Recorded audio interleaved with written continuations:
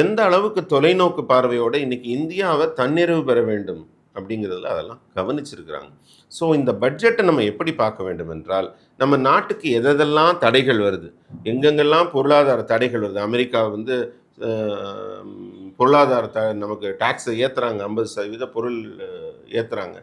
அப்போ இந்த மாதிரி வரக்கூடிய விஷயத்துலேருந்து நம்மெல்லாம் எப்படி தப்பிக்கணும், நம்மளை எப்படி செல்ஃப் சஸ்டெயின் ஆக்கணுங்கிறத முதல்ல நிலைநிறுத்த வேண்டியதே சவாலாக இருக்கிற சூழல்ல, நாட்டின் வளர்ச்சி விகிதத்தை அதே 7% மெயின்டைன் பண்ணுறதுக்கான ஒரு பட்ஜெட்டை விதித்திருப்பதை நம்மெல்லாம் கைதட்டி பாராட்டணும். முதல் விஷயம்.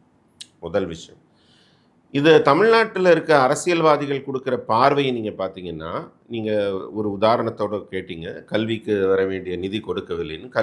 கல்வி கூடங்கள் மேம்பாட்டுக்குன்னு மத்திய அரசு மூலமாக 1500 கோடி ரூபாய் ஒதுக்கப்பட்டிருக்கு.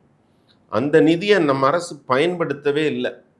ஆனால் பயன்படுத்திட்டோன்னு கணக்கு எழுதியிருக்கு. நீங்கள் யோசிச்சு பாருங்க, இன்னும் 15,500 கோடியில் நீங்கள் அரசு பள்ளிகள்லாம் எவ்வளவு தரம் உயர்த்தப்பட்டிருக்க வேண்டும். அப்படியா இருக்குது?